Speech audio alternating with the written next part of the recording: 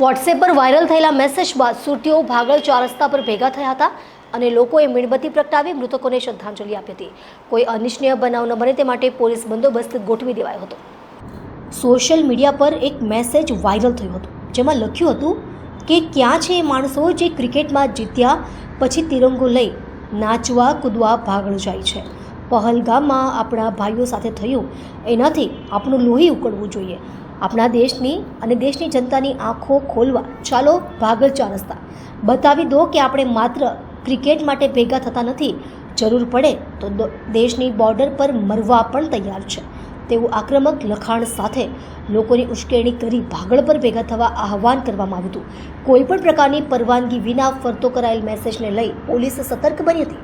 મૈદરપુરા પોલીસે મેસેજ જે ગ્રુપમાં મૂકવામાં આવ્યું હતું તે ફોન નંબર ગ્રુપ અને મેસેજ કરનાર કૃણાલ શાહ નામના યુવકને શોધી કાઢ્યો હતો. આ યુવકે પોતે વિડીયો બનાવી લોકોને ભાગળ પર ભેગા નહીં થવા માટે અપીલ કરી હતી. જોકે પહેલાં વાયરલ થયેલા મેસેજને કારણે લોકો ભેગા નહીં થાય તે માટે ભાગળ પર ચાપતો બંદોબસ્ત ગોઠવી દેવાયો હતો. જોકે વાયરલ કરવામાં આવેલ મેસેજ એક બીજા લોકોને પહોંચી જતા પોલીસે તકેદારીના ભાગરૂપે ભાગળ પર ચાપતો બંદોબસ્ત મૂકી દીધો છે.